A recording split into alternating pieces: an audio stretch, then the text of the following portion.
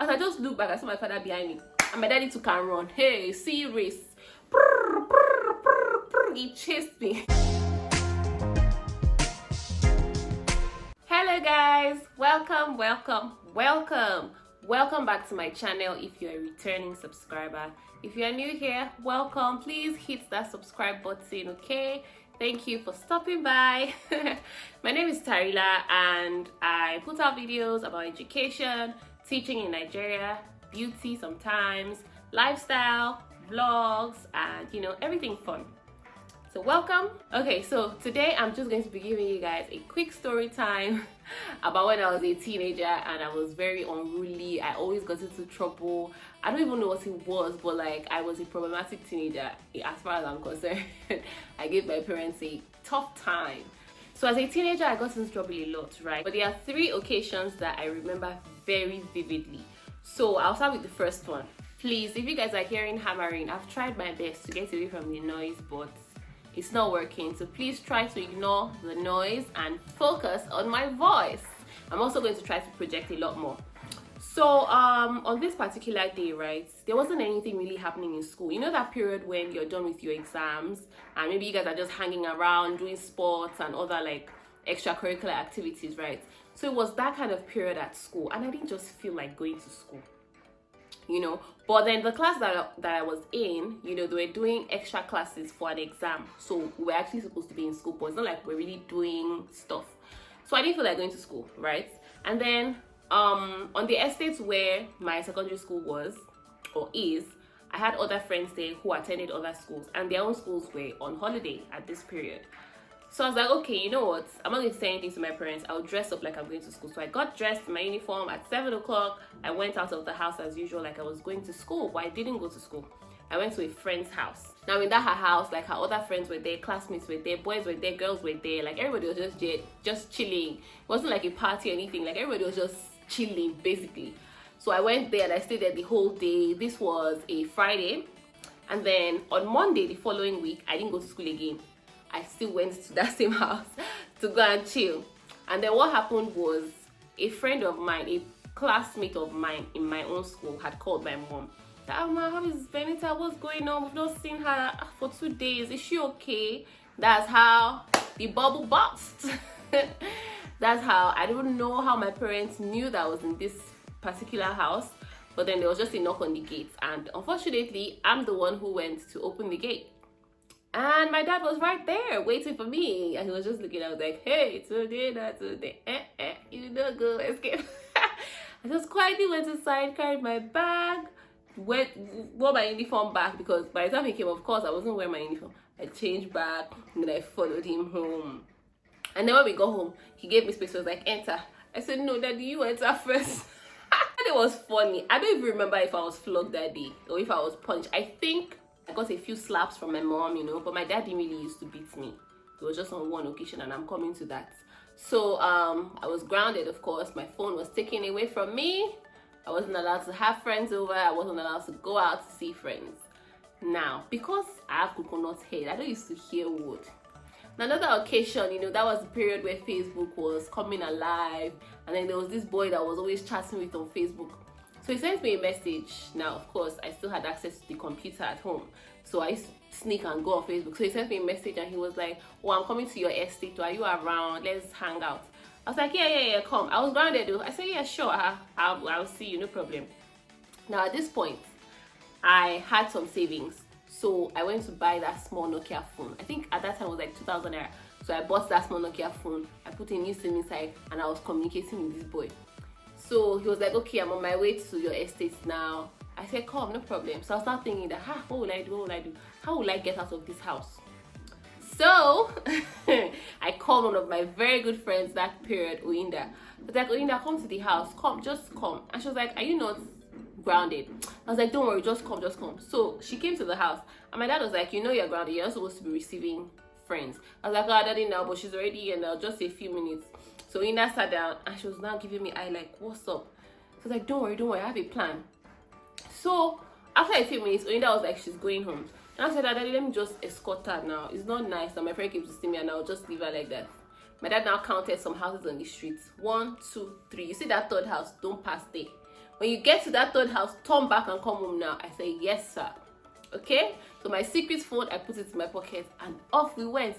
And then we now went to our house, and then I went to another street where the boy was. It was just on the road, like we're literally just strolling, just gisting, like nothing even serious. And thinking about it now, it was so silly. Like, why did I flout the rules just to go and walk on the road with most people? I don't even know where he is right now.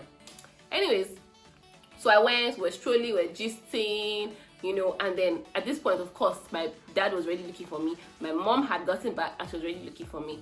So where else did they go? They showed up in Oinda's house. That way, she was like, she doesn't know where I am. That I saw her off, and that's all that she... that she doesn't know where I am. She doesn't know.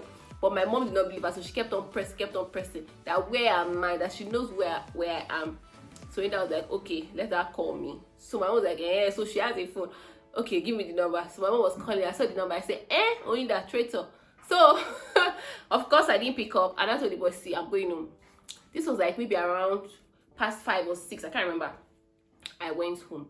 Guys, when I got into the house, my father was burning something. I now realized at the end of the day, it was my trouser that he was burning. Oh my God, that's so silly. Like, what has my trousers got to do with me leaving the house to go and stay? But anyway, he brought up my trousers. I entered the house. He used belt. Flog me with the belt. I say, so you can flog me. Okay. I don't say anything. I kept quiet. I went to my room. So that was the second thing that I did. The second time I got into serious trouble. Now after that, I started thinking about my life. You know, that's like they don't love me in this house. Am I a prisoner? What's going on? I need to get out of this house. Bekele. So that's how I packed my things. I was like, okay, so where will I go? Like, okay, at that time my grandparents were staying in the estate just behind ours. So I was like, okay, I'm going to run away and I'll go and stay with my grandparents. So I packed a small bag, and then I took some money from my mommy's purse. Of course, mommy, if you're watching this video, forgive and forget. I took some money, and then, you know, that time my parents were in the living room. So I was thinking that, what will I do? How do I get out of this house without them knowing? Because I can't obviously pass them with a bag and they're not going to ask because I was still grounded. So I pushed the bag out of the window. Now, my room at home, the window is just at the backyard where the dog's cage is. So of course, if I was going there, it would be like, oh, I'm just going to play with the dog or whatever. So I pushed the bag out from there, and then I just walked out. And then as I was going around the house, I started calling the dog's name so that they would hear me and just feel like, okay, she's going to play with the dog. I started calling the dog's name, you know, I went there. So I played with the dog a little, then I carried the bag and I started walking out. I did not know that my father was already suspecting that this girl is up to something. So I carried the bag, and you know, so our gate, right, it makes noise. So if you open it slowly, you hear before it's open. If you open it like this, it will just open. So I just did that. Chim! Quickly open it, and then I picked it. As I just looked back, I saw my father behind me, and my daddy took and run. Hey, see race. He chased me. And he wasn't dressed, so I think he was wearing boxers or shorts. No shirt. He chased me. I was like, if I keep running now, this man might catch up with me or something can happen because we're on the road. And I ran into our neighbor's house. So I ran into our neighbor's house, and then our neighbor's house has this like upstairs. It's like it's like a balcony basically. So I ran up there, and then I lay down on the floor. I'm like, this place is open. He might come up to come and look for me. So I heard him go into my neighbor's house, like to ask that, is she inside here? My neighbor was like, no, that she hasn't seen me. So I now came down. And then I went into the BQ. My neighbor had a BQ. So I knocked. I said, I'm in trouble. The person that was there, I'm in trouble. Some people are after me. Some people are after me. Please let me hide here. And the neighbor, the guy that was staying in a guy that was staying in the BQ. Him and his wife. So I was like, please let me hide here. And then they were like, okay, just come to this side. The door was still open, but they had locked like the burglary, but the front door was open. They said, okay, come to this side and come and sit down. As I was crossing like this, I just saw my father's face outside there. I said, hey, God, why don't you want me to escape? What's going on here? So as my father told me, said, just becoming like that. That's what my daddy bundled me home. And guess what this man did? He handcuffed me to the treadmill. Like, I was there from like maybe 5 or 4 till like 11 p.m. It's my mommy that went and said, after they finished flogging me, my dad did not flog me this time. He just handcuffed me that, okay, since you want to be an animal, I was just like an animal.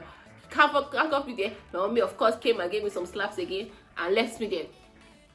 I was not there like a prisoner, just by the treadmill in handcuffs. My brother would pass and we laugh.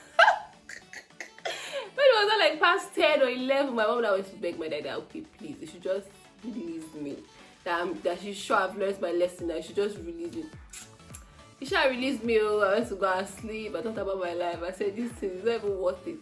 I'll be a good girl from now. Anything I want to do, I'll do it low key so that they will not catch me, because I cannot be going through this kind of trauma at this early age, you know. So that's my story. You know, I was very, hey, I don't even know. I mean, like, thinking about it now, all those things I did, like, why? Really, why? It didn't make any sense. But at that period, I just didn't understand why I couldn't go out. You know, it's not like they were very strict, like, don't go out, but they just always wanted to know where I was going, with whom, you know, okay, come back by 5 o'clock, come back by, and I'm just like, why?